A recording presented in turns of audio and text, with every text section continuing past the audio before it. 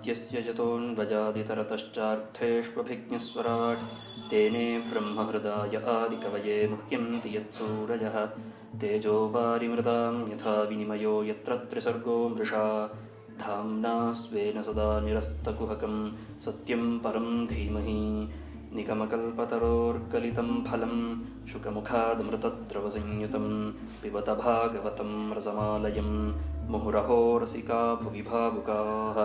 ಓಂ ತದಿದಂ ಶ್ರೋತುಮಿಚ್ಛಾಮೋ ಗದಿತುಂ ಯದಿ ಮನ್ಯಸೆ ಬ್ರೂಹಿ ನ ಶ್ರದ್ಧಧಾನಾನಾಂ ಯಸ್ಯ ಜ್ಞಾನಮದಾಚ್ಛುಕಃ.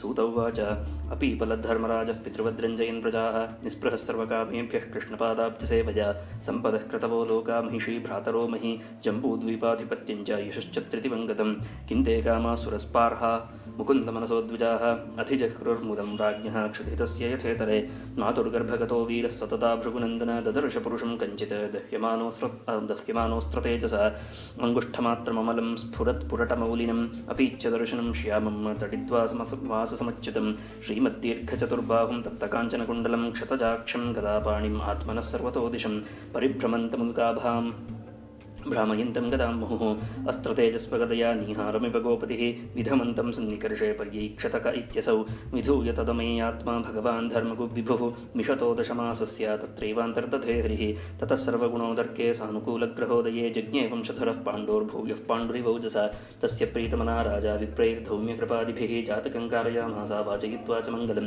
हिरण्यं गां महीं ग्रामान् हस्त्यश्वान् नृपतिर्वरान् प्रादात् स्वन्दं च विप्रेभ्यः प्रजातीर्थे सतीर्थवित् तमोजर्ब्राह्मणास्तुष्टा राजानं प्रश्रयान्वितं येष ह्यस्मिन् प्रजातन्तौ पुरूणां पौरवर्षभः दैवेन प्रतिघातेन शुक्ले संस्थामुपेयुषे रातो वोऽनुग्रहार्थाय विष्णुना प्रभविष्णुना तस्मान् नाम्ना विष्णुरात इति लोके बृहच्छवाः भविष्यति न सन्देहो महाभागवतो महान्. युधिष्ठिर उवाच अप्येष वंश्यान् राजर्षीन् पुण्यश्लोकान् महात्मनः अनुवर्तिता स्विद्यशसा साधुवादेन सत्तमाः. ब्राह्मणा ऊचुः पार्थप्रजापिता साक्षादिक्ष्वाकुरिव मानवः ब्रह्मण्यः सत्यसन्धश्च रामो दाशरथिर्यथा एष दाता शरण्यश्च यथा ह्यौषी नरश्विभिः यशो वितनिता स्वानां दौष्यन्तिरिवयज्वनाम्. ಶ್ರೀಕೃಷ್ಣ ಪರಂಜ್ಯೋತಿಷೇ ನಮಃ. ಶ್ರೀಮದ್ಭಾಗವತಾನುಸಂಧಾನದ ಸರಣಿಯಲ್ಲಿ ಸೂತ ಪುರಾಣಿಕರನ್ನು ಕುರಿತು ಶೌನಕಾದಿಗಳು ಪ್ರಶ್ನೆಯನ್ನು ಮಾಡುತ್ತಾರೆ. ಈ ಹಿಂದೆಯೂ ಶುಕಬ್ರಹ್ಮರನ್ನು ಕುರಿತು ಶೌನಕಾದಿಗಳು ಕೇಳಿದ ಪ್ರಶ್ನೆಗೆ ಬಹಳ ಸುಂದರವಾದ ರೀತಿಯಲ್ಲಿ ಶುಕದೇವರ ಒಂದು ವೈಶಿಷ್ಟ್ಯವನ್ನು ಪ್ರತಿಪಾದನೆ ಮಾಡಿದ್ರು ಸೂತರು. ಈಗ ಬ್ರಹ್ಮರಾತರ ವಿವರಣೆ ಆಯಿತು, ವಿಷ್ಣುರಾತನ ವಿವರಣೆಯನ್ನು ಕೇಳುವುದಕ್ಕೋಸ್ಕರವಾಗಿ ಶೌನಕರು ಮತ್ತೆ ಪ್ರಶ್ನೆಯನ್ನು ಇಡ್ತಾರೆ. ಆ ಪ್ರಶ್ನೆಯಲ್ಲಿ ಒಂದು ವಿನಯ ಅಡಕವಾಗಿತ್ತು. ಆ ವಿನಯವನ್ನು ಎಷ್ಟು ಸೊಗಸಾಗಿ ಚಿತ್ರಿಸಿದ್ದಾರೆ ಅಂತ ಕೇಳಿದ್ರೆ, ಈ ಪರೀಕ್ಷಿತ ಮಹಾರಾಜನ ಕಥೆಯನ್ನು, ಅವನ ವೃತ್ತಾಂತವನ್ನು, ಜನ್ಮ ಇತಿಹಾಸವನ್ನು ತಿಳ್ಕೊಳ್ಬೇಕು ಎಂಬಂತಹ ಒಂದು ಇಚ್ಛೆ ನಮಗಿದೆ ಪುರಾಣಿಕರೇ. ಒಂದು ವೇಳೆ ಗದಿತುಂ ಯದಿ ಮನ್ಯಸೆ, ಹೇಳಬೇಕು ಎಂಬಂತಹ ಮನಸ್ಸು ನಿಮಗೆ ಉಂಟಾದ ಪಕ್ಷ ಶ್ರೋತುಮಿಚ್ಛಾಮಃ, ನಮಗೆ ಕೇಳಬೇಕು ಎಂಬಂಥ ಇಚ್ಛೆ ಇದೆ. ಯಾವಾಗಲೂ ಕೇಳಬೇಕು ಅನ್ನೋ ಇಚ್ಛೆ ಇದೆ. ಆದರೆ ಒಂದು ವೇಳೆ ನಿಮಗೆ ಮನಸ್ಸಾಗಲಿಲ್ಲ ಹೇಳೋದಕ್ಕೆ ಅಂತಾದರೆ ಒತ್ತಾಯ ಏನೂ ಇಲ್ಲ ಅಂತ ಲೆಕ್ಕ. ಈ ರೀತಿಯಾದಂಥ ವಿನಯ ಇಂದು ಲೋಕದಲ್ಲಿ ಕಣ್ಮರೆಯಾಗಿ ಹೋಗ್ತಾ ಇದೆ. ಅರಿತುಕೊಳ್ಳುವುದು ನನ್ನ ಹಕ್ಕು ಎಂಬುದಾಗಿ ಇಂದು ಲೋಕವೆಲ್ಲ ಭಾವಿಸಿಕೊಂಡ್ಬಿಟ್ಟಿದೆ. ಇದು ಅಷ್ಟೊಂದು ಸರಿಯಾದಂತಹ ಸಮುಚಿತವಾದಂತಹ ಒಂದು ತಿಳುವಳಿಕೆ ಅಲ್ಲ. ಅರಿಯುವುದು ಯದ್ಯಪಿ ಹಕ್ಕಾದರೂ ಆ ಹಕ್ಕನ್ನು ನಾವು ಚಲಾಯಿಸಕ್ಕೆ ಬರೋಲ್ಲ. ಇದು ನನ್ನ ಅಧಿಕಾರ ಅಂತ ಹೇಳಕ್ಕೆ ಬರೋಲ್ಲ. ಯಾಕಂದರೆ ಅದನ್ನು ತಿಳಿಸ್ಕೊಡೋವನು ಅವನ ಮನಸ್ಸುಂಟಾದಾಗ ದೇಶಕಾಲ ಸನ್ನಿವೇಶಗಳನ್ನು ನೋಡಿ ಆತನಿಗೆ ಅಂತರಂಗದಿಂದ ಪ್ರೇರಣೆ ಬಂದಾಗ ಮಾತ್ರ ಆತ ಅದನ್ನು ನಮ್ಮವರೆಗೂ ದಾಟಿಸಿಕೊಡಬಲ್ಲ. ಹಾಗಿರೋದರಿಂದ ಈ ಒಂದು ವಿದ್ಯಾ ವಿನಿಮಯ ಅನ್ನೋದೇನಿದೆಯೋ ಅದು ಗುರುವಿನ ಅಧೀನವಾಗಿರುತ್ತೆ ಅಥವಾ ವಾಚಕನ ಅಧೀನವಾಗಿರುತ್ತೆ. ಯಾರು ಮಾತನಾಡ್ತಾನೋ ಅವನ ಅಧೀನವಾಗಿರುತ್ತೆ. ಕೇಳುಗರವು ಇಚ್ಛೆ ಇರಬಹುದು, ಕೇಳಬೇಕು ಅನ್ನುವಂಥ ಮನಸ್ಸಿರಬಹುದು, ಯೋಗ್ಯರೇ ಆಗಿರಬಹುದು, ಅಧಿಕಾರಿಗಳೇ ಇರಬಹುದು. ಹಾಗಿದ್ರೂ ಇಷ್ಟೆಲ್ಲ ಇದ್ದರೂ ವಾಚಕನಿಗೆ ಒಂದು ವೇಳೆ, ಹೇಳುವವನಿಗೆ, ಗುರುವಾದವನಿಗೆ ಒಂದು ವೇಳೆ ಮನಸ್ಸು ಬರಲಿಲ್ಲ ಅಂತಾದರೆ, ಅಂತರಂಗದಿಂದ ವಿಷಯದ ಸ್ಫೂರ್ತಿ ಬರಲಿಲ್ಲ ಅಂತಾದರೆ, ಆಗ ಎಷ್ಟೇ ಅಧಿಕಾರಿಯಾಗಿದ್ದರೂ ಆ ವಿಷಯ ಇಲ್ಲಪ್ಪ, ಈ ಕಾಲದಲ್ಲಿ, ಈ ದೇಶದಲ್ಲಿ, ಈ ಸನ್ನಿವೇಶದಲ್ಲಿ ಆ ವಿಷಯ ಇಲ್ಲ ಅನ್ನುವಂಥದ್ದೇ ಲೇಖ. ಹಾಗಾಗಿ ಶೌನಕರು ಈ ಮರ್ಮವನ್ನೆಲ್ಲ ಅರಿತವರು. ಈ ಮರ್ಮವೇ ನಮ್ಮ ದೇಶದ ಗುರು ಶಿಷ್ಯ ಪರಂಪರೆಯ ಬೆನ್ನೆಲುಬಾಗಿತ್ತು. ಯಾಕಾಗಿ ಅಂತ್ಯವಾಸಿತ್ವವನ್ನು ಬಯಸ್ತಾ ಇದ್ರು, ಯಾಕಾಗಿ ಗುರುಗಳ ಸಮೀಪದಲ್ಲಿದ್ದು ಗುರುವಿನ ಶುಶ್ರೂಷೆಯನ್ನು ಮಾಡಬೇಕು ಅಂತ. ಶುಶ್ರೂಷೆ ಅಂದರೆ ಸೇವೆಯನ್ನು ಅರ್ಥ ಅಲ್ಲ. ಗುರು ಯಾವಾಗ ಮಾತನಾಡ್ತಾನೋ ಅದನ್ನು ಕೇಳಬೇಕು ಅನ್ನುವಂಥ ಒಂದು ಇಚ್ಛೆಯನ್ನು, ಆ ಹಂಬಲವನ್ನು ಬೆಳೆಸ್ಕೋಬೇಕು. ಅದು ಮನೇಲಿದ್ದುಕೊಂಡು ಹೋಗಿ ಬಂದು ಮಾಡಿಕೊಂಡು ಆ ಇಚ್ಛೆ ಬೆಳೆಯೋಕ್ಕಾಗಲ್ಲ. ಅದಕ್ಕೆ ಒಂದು ನಿಕಟತೆ ಬೇಕಾಗತ್ತೆ, ಒಂದು ಸಾನ್ನಿಧ್ಯ ಬೇಕಾಗತ್ತೆ, ಸಂಪರ್ಕ ಬೇಕಾಗತ್ತೆ. ಆ ರೀತಿಯಾದಂಥ ಒಂದು ನಿಕಟವಾದ ಸಂಬಂಧವನ್ನು ಏರ್ಪಡಿಸಿದಾಗ ಶಿಷ್ಯನಿಗೆ ಸಹಜವಾಗಿ ಗುರುವು ಯಾವ ಕಾಲದಲ್ಲಾದರೂ ವಿದ್ಯೆಯನ್ನು ಕೊಡಬೇಕು ಅಂತ ಅವನಿಗೆ ಮನಸ್ಸಾಗುತ್ತೋ ಆ ಕಾಲದಲ್ಲಿ ಕೇಳುವುದಕ್ಕೆ ತಾನು ಸದಾ ಕಾಲದಲ್ಲೂ ಸನ್ನದ್ಧನಾಗಿರಬೇಕಾಗತ್ತೆ.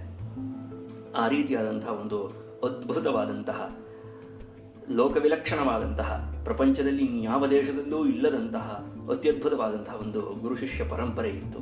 ಅದೇ ಸರಣಿಯ ಒಂದು ಮಾತುಕತೆ ಇವೆಲ್ಲ. ಇಂದಿನ ಒಂದು ವಿದ್ಯಾಭ್ಯಾಸವಾಗಲಿ ಅಥವಾ ಇಂದಿನ ಒಂದು ಗುರು ಶಿಷ್ಯ ಪರಂಪರೆಯ ಝಲಕ್ ಅನ್ನೋದು ಏನು ಉಳ್ಕೊಂಡಿದೆಯೋ ಅದರ ಮೇಲಣ ಇದನ್ನು ನಾವು ತೀರ್ಮಾನ ಮಾಡೋಕ್ಕಾಗಲ್ಲ. ಅದನ್ನು ಆಧಾರವಾಗಿಟ್ಕೊಂಡು, ಪ್ರಮಾಣವಾಗಿಟ್ಕೊಂಡು ಇದನ್ನು ಅಳಿಯೋಕ್ಕೆ ಬರೋಲ್ಲ ಅನ್ನೋದನ್ನು ಕೂಡ ಪಕ್ಕದಲ್ಲೇ ಜ್ಞಾಪಿಸ್ಕೊಳ್ಬೇಕು. ಇಲ್ಲಿ ಆಡ್ತಾ ಇರುವಂತಹ ಮಾತುಗಳೆಲ್ಲವೂ ಕೂಡ ಬಹಳ ಗಂಭೀರವಾದದ್ದು. ಯಾವುದನ್ನೋ ನಮ್ಮಗಳಿಗೆ ನೇರವಾಗಿ ಹೋಲಿಸ್ಕೊಂಡು ನಾವು ಹೀಗೆ, ನಮಗೂ ಹೀಗಾಯಿತು, ನಾ ಎಷ್ಟು ಕೇಳಿಕೊಂಡೆ ಆ ಮೇಷ್ಟ್ರನ್ನ ಹೇಳ್ಕೊಡಿ ಪಾಠನ ಅಂತ, ಹೇಳ್ಕೊಡ್ಲೇ ಇಲ್ಲ ಅಂತ ಅವರನ್ನು ನಿಂದಿಸುವುದಾಗಲಿ, ಆಯ್ತೆ ಅವ್ರಿಗೇನು ಗೊತ್ತಿಲ್ಲ ಅಂತ ಹೇಳುವುದಾಗಲಿ, ಈ ರೀತಿಯಾದದ್ದೆಲ್ಲ ಲೋಕದಲ್ಲಿ ಬಹಳಷ್ಟು ನಡೆಯುತ್ತೆ ಇವಾಗ. ಆದರೆ ಅದು ಯಾವುದೂ ಸಮುಚಿತವಾದದ್ದಲ್ಲ, ಅದು ಯಾವುದು ಯೋಗ್ಯವಾದದ್ದಲ್ಲ. ಸೂತರಿಗೆ ಎಲ್ಲ ವಿಷಯವೂ ಗೊತ್ತು. ಯಾಕೆ ಅಂತ ಕೇಳಿದ್ರೆ ಮುಂದಕ್ಕೆ ಶೌನಕರೇ ಆ ಮಾತನ್ನು ಹೇಳ್ತಾರೆ. ಬ್ರೂಹಿನ ಶ್ರದ್ಧಾನಾನ, ನಿನ್ನ ಮಾತಲ್ಲಿ ನಮಗೆ ಸಂಪೂರ್ಣವಾದ ಶ್ರದ್ಧೆ ಇದೆ. ಸತ್ಯಸ್ಯ ಗುರುವಾಕ್ಯಸ್ಯ, ಶಾಸ್ತ್ರಸ್ಯ ಗುರುವಾಕ್ಯಸ್ಯ ಸತ್ಯಬುದ್ಧ್ಯವಧಾರಣಂ, ಅದನ್ನೇ ಶ್ರದ್ಧಾ ಎಂಬುದಾಗಿ ಶಂಕರರು ಕರೆದರು. ಶಾಸ್ತ್ರದಲ್ಲೂ ಗುರುವಾಕ್ಯದಲ್ಲೂ ಅಪ್ರತಿಹತವಾದಂತಹ ನಂಬಿಕೆ ಏನಿದೆಯೋ ಅದನ್ನೇ ಶ್ರದ್ಧಾ ಅಂತ ಕರೆದರು. ಆ ರೀತಿಯಾದಂತಹ ಶ್ರದ್ಧೆ ನಿನ್ನ ಮಾತಿನಲ್ಲಿ ನಮಗಿದೆ ಎಂಬುದಾಗಿ ಶೌನಕರು ತಿಳಿಸಿ, ಯಾಕಪ್ಪ ನಿನ್ನನ್ನೇ ನಾವು ಮೊರೆ ಹೋಗಿದ್ದೀವಿ ಅಂತ ಕೇಳಿದ್ರೆ, ಯಸ್ಯ ಜ್ಞಾನಮದಾತ್ ಶುಕಃ, ಯಾವಾತನಿಗೆ ಸಾಕ್ಷಾತ್ ಶುಕಬ್ರಹ್ಮನೇ ಜ್ಞಾನವನ್ನು ಧಾರೆಯಿರದನೋ ಅಂತಹ ಮಹಾತ್ಮಪ್ಪ ನೀನು ಅಂತ. ಎಂತಹವರ ಶಿಷ್ಯ ಸೂತಪುರಾಣಿಕರು ಅಂತ ಕೇಳಿದ್ರೆ, ಶುಕಬ್ರಹ್ಮರ ಸಾಕ್ಷಾತ್ ಶಿಷ್ಯ, ಹೃದಯ ಶಿಷ್ಯ. ಶುಕಬ್ರಹ್ಮರಿಂದ ನೇರವಾಗಿ ವಿಷಯವನ್ನು, ಶುಕಮುಖಾದ ಅಮೃತದ್ರವ ಸಂಯುತಂ ಅನ್ನೋದು ಏನಿದೆಯೋ ಅದು ನೇರವಾಗಿ ಯಾರಿಗೆ ಉಪಲಬ್ಧವಾಗಿತ್ತು ಅಂತ ಕೇಳಿದ್ರೆ ಸೂತರಿಗೆ ಉಪಲಬ್ಧವಾಗಿತ್ತು. ಹಾಗಾಗಿ ಅವರಿಂದಲೇ ವಿಷಯವನ್ನು ಕೇಳಬೇಕು ಅನ್ನುವಂಥ ಒಂದು ಹಂಬಲ. ಆದರೆ ಅಲ್ಲೊಂದು ಎಚ್ಚರಿಕೆಯೂ ಇದೆ. ಯಾವುದೇ ರೀತಿಯಾದಂತಹ ದಾಕ್ಷಿಣ್ಯವಾಗಲಿ, ಒತ್ತಾಯವಾಗಲಿ, ಬಲಾತ್ಕಾರವಾಗಲಿ ಇಲ್ಲ. ಯದಿ ಮನ್ಯಸೆ ಗದಿತು, ಒಂದು ವೇಳೆ ನಿಮಗೆ ಮನಸ್ಸುಂಟಾದರೆ, ಹೇಳಬೇಕು ಅಂತ ಅನಿಸಿದ್ರೆ ಆಗ ತಾವು ಅಪ್ಪಣೆಗೊಳಿಸಬಹುದು. ನಾವು ಸದಾಕಾಲದಲ್ಲೂ ನಿಮ್ಮ ವಾಕ್ಯವನ್ನು ಕೇಳೋದಕ್ಕೆ ತತ್ಪರರಾಗಿರುತ್ತೇವೆ ಎಂಬಂತಹ ಅಭಿಪ್ರಾಯ. ಈ ರೀತಿಯಾದಂತಹ ಒಂದು ವಿಚಾರ ಸರಣಿ ಮತ್ತೊಮ್ಮೆ ನಮ್ಮ ದೇಶದಲ್ಲಿ ಬರಬೇಕಾಗಿದೆ. ಇಲ್ಲ ಅಂದರೆ ವಿದ್ಯೆ ತನ್ನ ಬೆಲೆಯನ್ನು ಕಳ್ಕೊಂಡ್ಬಿಡುತ್ತೆ. ಇರಲಿ, ಮುಂದಕ್ಕೆ ಸೂತರು ಈ ಮಾತನ್ನು ಕೇಳಿ ಪ್ರಸನ್ನರಾಗಿ ಆ ಪರೀಕ್ಷಿತನ ಒಂದು ಜನ್ಮವೃತ್ತಾಂತವನ್ನು ಹೇಳೋದಕ್ಕೆ ಮತ್ತು ಅವನು ಹೇಗೆ ರಾಜ್ಯಭಾರವನ್ನು ಮಾಡ್ದ, ಹೇಗೆ ಬ್ರಹ್ಮರಾತರೊಡನೆ ಆತನ ಒಂದು ಭೇಟಿ ಆಯಿತು ಇತ್ಯಾದಿಗಳನ್ನು ವಿಸ್ತಾರವಾಗಿ ಹೇಳೋದಕ್ಕೆ ಆರಂಭ ಮಾಡ್ತಾರೆ. ಆತ ಕೃಷ್ಣಪಾದಾಬ್ಜ ಸೇವೆಯ, ಶ್ರೀಕೃಷ್ಣನ ಚರಣಾರವಿಂದಗಳನ್ನೇ ಸದಾಕಾಲದಲ್ಲೂ ಧ್ಯಾನಿಸುತ್ತಾ ಆತ ಪಿತೃವತ್ ತನ್ನ ತಂದೆಯರಂತೆ, ತನ್ನ ಹಿಂದಿನ ಯಾರ್ಯಾರು ಹಿರಿಯರಿದ್ರೋ, ಯಾರ್ಯಾರು ಈ ರಾಜ್ಯವನ್ನು ಆಳಿದ್ರೋ, ಕುರುವಂಶವನ್ನು ಯಾರ್ಯಾರು ಆಳಿದ್ರೋ ಅವರಂತೆ ಅವರು ನಡೆದ ಮಾರ್ಗದಲ್ಲೇ ಧರ್ಮಮಯವಾಗಿ ಪ್ರಜೆಗಳನ್ನು ಪರಿಪಾಲಿಸಿದ. ಪ್ರಜಾಹ ರಂಜಯನ್ ಅಂತ ಲೆಕ್ಕ. ಈ ರೀತಿಯಾದಂತಹ ಶಬ್ದ ಪ್ರಜಾಪಾಲನ ಅನ್ನುವ ಶಬ್ದವಾಗಲಿ, ಪ್ರಜಾರಂಜನ ಎನ್ನುವ ಶಬ್ದವಾಗಲಿ ಸಂಸ್ಕೃತವನ್ನು ಬಿಟ್ಟು ಪ್ರಪಂಚದ ಯಾವ ಭಾಷೆಯಲ್ಲೂ ಇಲ್ಲ. ಅದೇ ಸತ್ಯ. ಬೇರೆ ಎಲ್ಲೆಡೆಯೂ ಕೂಡ, ಎಲ್ಲ ಭಾಷೆಯಲ್ಲೂ ಕೂಡ ಆಳುವುದು ಅನ್ನೋ ಶಬ್ದ ಇದೆ. ದಬ್ಬಾಳಿಕೆ, ಒಬ್ಬರನ್ನ ನಾವು ನೋಡ್ಕೊಳ್ತಾ ಇದ್ದೀವಿ, ಅವ್ರ ಮೇಲೆ ನಾವು ಏನೋ ಒಂದು ಮೆಹರ್ಬಾನಿಯೋ ಅನುಗ್ರಹವೋ ಏನೋ ಮಾಡ್ತಾ ಇದ್ದೀವಿ ಅನ್ನುವಂಥ ಒಂದು ಅಭಿಪ್ರಾಯ ಬರುವಂತಹ ಶಬ್ದಗಳಿದೆ ರಾಜ್ಯತಂತ್ರದಲ್ಲಿ. ರಾಜ್ಯವನ್ನು ಹೇಗೆ ಆಳಬೇಕು ರಾಜ ಅನ್ನೋದನ್ನು ಹೇಳಬೇಕಿದ್ರೆ ಆಳುವುದು ಅನ್ನೋ ಶಬ್ದ ಇದೆ. ಆದರೆ ಆಳುವುದು ಅನ್ನೋ ಶಬ್ದ ಸಂಸ್ಕೃತದಲ್ಲಿ ಇಲ್ಲ. ಸಂಸ್ಕೃತದಲ್ಲಿ ಪ್ರಜಾಪಾಲನ ಅಥವಾ ಪ್ರಜಾರಂಜನ. ಕಾಳಿದಾಸ ಮಹಾಕವಿಯು ಹೇಳುವ ಹಾಗೆ ಸಪಿತಾಪಿತರಸ್ತಾಸಾಂ ಕೇವಲಂ ಜನ್ಮಹೇತವಃ. ರಘುವಂಶದ ರಾಜರು ಹೇಗಿದ್ರಪ್ಪ ಅಂತ ಕೇಳಿದ್ರೆ ಪ್ರಜೆಗಳಿಗೆಲ್ಲ ಅವರೇ ತಂದೆಯಾಗಿದ್ದರಂತೆ. ಹಾಗಿದ್ರೆ ಅವರ ವೈಯಕ್ತಿಕವಾದಂತಹ ತಂದೆ ಇದ್ರಲ್ಲ, ಅವರೆಲ್ಲ ಏನಾದರು ಅಂತ ಕೇಳಿದ್ರೆ ಕೇವಲಂ ಜನ್ಮಹೇತವ, ಕೇವಲ ಅವರ ಈ ಶರೀರ ಹುಟ್ಟುವುದಕ್ಕೆ ಕಾರಣಕರ್ತರಾಗಿದ್ದರಷ್ಟೇ. ಇನ್ನುಳಿದಂತಹ ಪ್ರತಿಯೊಬ್ಬ ಪ್ರಜೆಯ ಯೋಗಕ್ಷೇಮವನ್ನು ಕೂಡ ರಾಜನೇ ನೋಡಿಕೊಳ್ತಿದ್ದ ಅಂತ.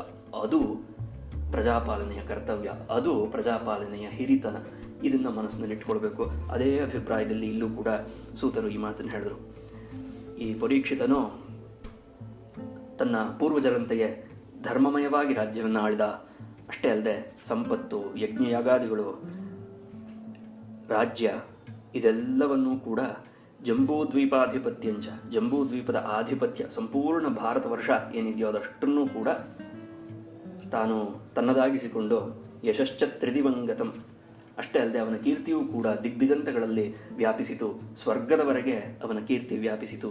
ಕಿಂತೆ ಕಾಮಾಹ ಸುರಸ್ಪಾರ್ಹಾಹ, ಯಾವನ ಈ ಎಲ್ಲ ಸಂಪತ್ತುಗಳು ದೇವತೆಗಳೂ ಬಯಸುತ್ತಾರೋ, ಈ ಸಂಪತ್ತುಗಳನ್ನು ದೇವತೆಗಳೂ ಬಯಸುತ್ತಾರೋ ಅಂತಹ ಎಲ್ಲ ವಿಧವಾದ ಸಂಪತ್ತುಗಳಿದ್ರೂ ಆತ ಏನು ಅದರಲ್ಲೇ ಮಗ್ನನಾಗಿ ಹೋಗಿದ್ನೆ, ಅದರಲ್ಲೇ ಮುಳುಗೋಗಿದ್ನೆ ಅಂತ ಕೇಳಿದ್ರೆ ಇಲ್ಲವಂತೆ. ಇಲ್ಲ. ಯಾಕಪ್ಪ ಅಂತ ಕೇಳಿದ್ರೆ ಆತ ಮುಕುಂದ ಮನಸಃ, ಸದಾಕಾಲದಲ್ಲೂ ಭಗವತ್ಪರಾಯಣನಾಗಿದ್ದ. ಕಾರಣವೇನು ಅಂತ ಕೇಳಿದ್ರೆ ಮಾತುರ್ಗರ್ಭಗತೋ ವೀರಃ, ತಾಯಿಯ ಗರ್ಭದಲ್ಲಿದ್ದಾಗ ದದರ್ಶ ಪುರುಷಂ ಕಂಚಿತ್, ಆ ಮಹಾಪುರುಷನ ದರ್ಶನವನ್ನು ಮಾಡಿತ್ತು ಆ ಜೀವ ಅಂತ ಲೆಕ್ಕ. ಎಲ್ಲ ಜೀವಿಗಳೂ ಮಾಡುತ್ತವೆ, ಈತ ವಿಶೇಷವಾಗಿ ಭಗವಂತನನ್ನು ನೋಡಿದ್ದ ಅಂತ ಲೆಕ್ಕ. ಎಷ್ಟು ವಿಶೇಷವಾಗಿ ನೋಡಿದ್ದ ಅಂತಂದರೆ ಹುಟ್ಟಿದ ತರುವಾಯ ಮಾಯ ಆವರಿಸಿದ ನಂತರದಲ್ಲೂ ಕೂಡ ಅವನಿಗೆ ಆ ಭಗವತ್ ಸ್ಮರಣೆ ಅನ್ನುವಂಥದ್ದು ಹೋಗಲಿಲ್ಲ ಅಂತ ಲೆಕ್ಕ. ಅಷ್ಟು ಬಲವಾಗಿ ಭಗವಂತನ ಒಂದು ಸಂಸ್ಕಾರ ಅವನಲ್ಲಿ ಇತ್ತು ಅಂತ ಲೆಕ್ಕ. ಅದಕ್ಕೋಸ್ಕರ ಹೇಳಿದ್ರು ದದರ್ಶ ಪುರುಷಂ ಕಂಚಿತ್ ದಹ್ಯಮಾನೋಸ್ತ್ರ ತೇಜಸ. ಆ ದ್ರೋಣಿಯು ಪ್ರಯೋಗ ಮಾಡಿದ್ದಂತಹ ಅಸ್ತ್ರದ ಪ್ರಕಾಶದಿಂದ, ಅದರ ತೇಜಸ್ಸಿನಿಂದ ಆಹತನಾಗ್ತಾ ಇದ್ದಂತಹ ಸಂದರ್ಭದಲ್ಲಿ ಯಾವುದೋ ಒಂದು ದಿವ್ಯವಾದಂತಹ ಒಂದು ಸ್ವರೂಪವನ್ನು ಆತ ತಾಯಿ ಗರ್ಭದಲ್ಲಿದ್ದಾಗ ಕಂಡಿದ್ದ. ಅಂಗುಷ್ಠ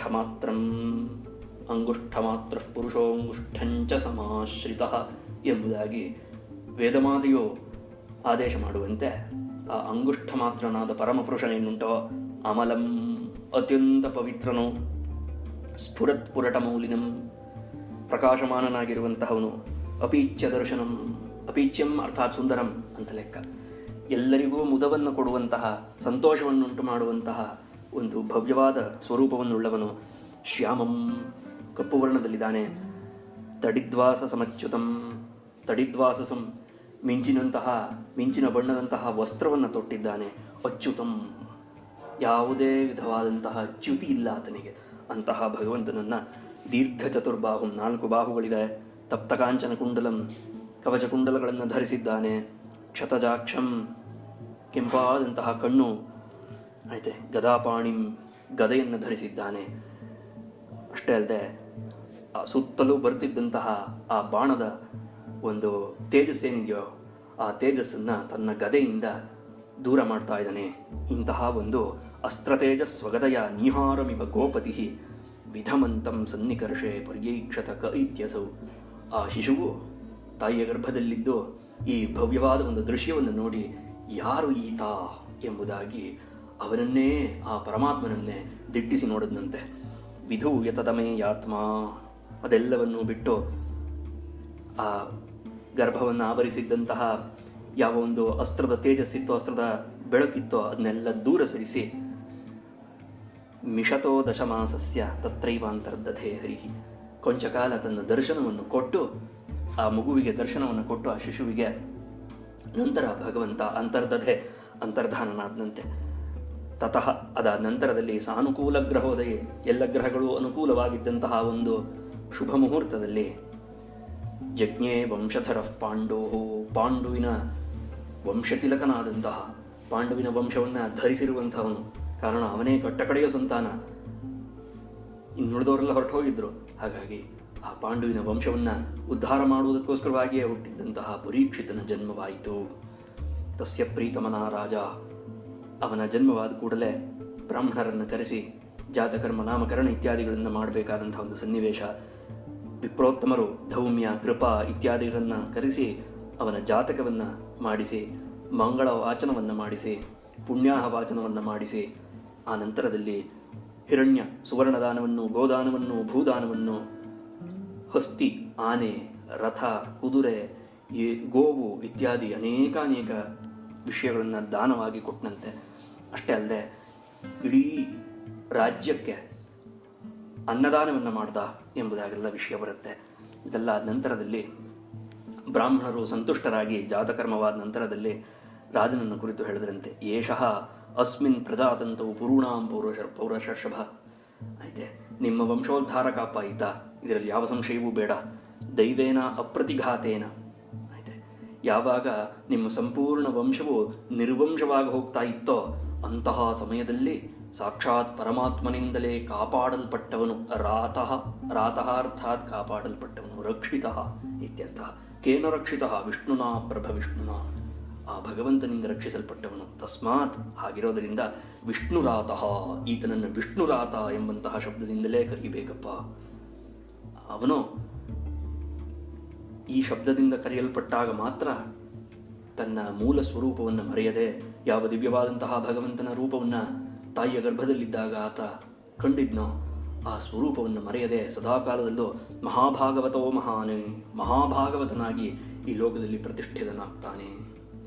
ಆಯ್ತೆ, ಹಾಗಾಗಿ ಪ್ರಹ್ಲಾದ, ನಾರದ, ಪರಾಶರ, ಪುಂಡರೀಕ, ವ್ಯಾಸಾಂಬರೀಷ, ಶುಕಶೌನಕ, ಭೀಷ್ಮದಾಲ್ಭ್ಯಾನ್ ಇತ್ಯಾದಿ ಇತ್ಯಾದಿ ಹೇಳಬೇಕಿದ್ರೆ ಅಲ್ಲಿ ಪರೀಕ್ಷಿತ ಅವನು ಕೂಡ ಒಬ್ಬ ಮಹಾಭಾಗವತ ಪರೀಕ್ಷಿತ.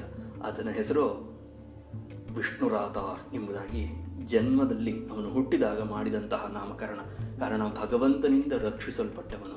ಅಷ್ಟೇ ಅಲ್ಲದೆ ಶಿಶುವಾಗಿದ್ದಾಗಲೇ, ತಾಯಿಯ ಗರ್ಭದಲ್ಲಿದ್ದಾಗಲೇ ಭಗವಂತನನ್ನು ಪರಿತಃ ಈಕ್ಷಿತಃ, ಸುತ್ತಲೂ ಈತ ಭಗವಂತನನ್ನು ಕಂಡ. ಅಷ್ಟೇ ಅಲ್ಲದೆ ಭಗವಂತನೂ ಈತನನ್ನು ಪರಿತಃ ಈಕ್ಷಿತಃ, ಸುತ್ತಲೂ ಎಲ್ಲ ಕಡೆಯಿಂದಲೂ ಈತನನ್ನು ರಕ್ಷಿಸಿದ. ಆ ಕಾರಣದಿಂದಲೂ ಆತ ಪರೀಕ್ಷಿತ. ಇಂತಹ ಭವ್ಯವಾದಂತಹ ಒಂದು ಸೊಗಸಾದಂತಹ ಒಂದು ಹೆಸರು ವಿಷ್ಣುರಾತ ಎಂಬುದಾಗಿ ಅವನಿಗೆ ಹೆಸರನ್ನು ಇಟ್ಟರಂತೆ.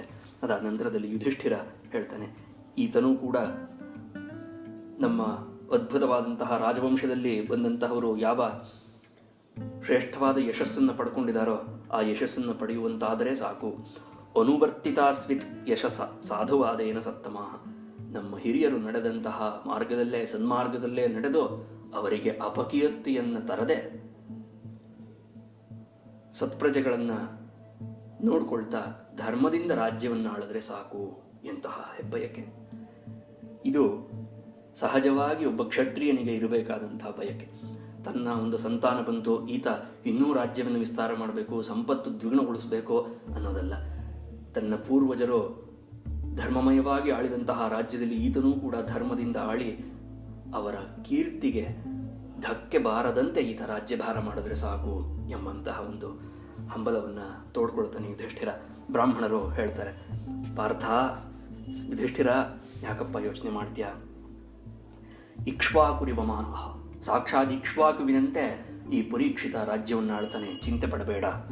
ಅಷ್ಟೇ ಅಲ್ಲದೆ ಬ್ರಹ್ಮಣ್ಯ, ಸದಾಕಾಲದಲ್ಲೂ ಬ್ರಾಹ್ಮಣರನ್ನು ಪೂಜಿಸುವವನಾಗ್ತಾನೆ, ಬ್ರಹ್ಮತತ್ವವನ್ನು ಅರಿಯುವವನಾಗ್ತಾನೆ, ಬ್ರಹ್ಮಜ್ಞಾನಿ ಆಗ್ತಾನಪ್ಪ ಈತ, ಯಾವ ಸಂಶಯವೂ ಬೇಡ. ಹೇಗೆ ಯಾರಂತೆ ಬ್ರಹ್ಮಜ್ಞಾನಿ ಆಗ್ತಾನೆ, ಅಷ್ಟೇ ಅಲ್ಲದೆ ಸತ್ಯಸಂಧಶ್ಚ, ಸತ್ಯನಿಷ್ಠೆಯನ್ನು ಇಟ್ಕೊಳ್ತಾನೆ ಈತ. ನೀನು ಈ ವಿಷಯವಾಗಿ ಚಿಂತೆ ಪಡಬೇಕಾಗಿಲ್ಲ. ಯಾರಂತೆ ಈತ ಬ್ರಹ್ಮಣ್ಯನೂ ಸತ್ಯಸಂಧನೂ ಆಗ್ತಾನಪ್ಪ ಅಂತ ಕೇಳಿದ್ರೆ, ರಾಮೋ ದಾಶರಥಿರ್ಯಥಾ, ಇದು ಉದಾಹರಣೆ.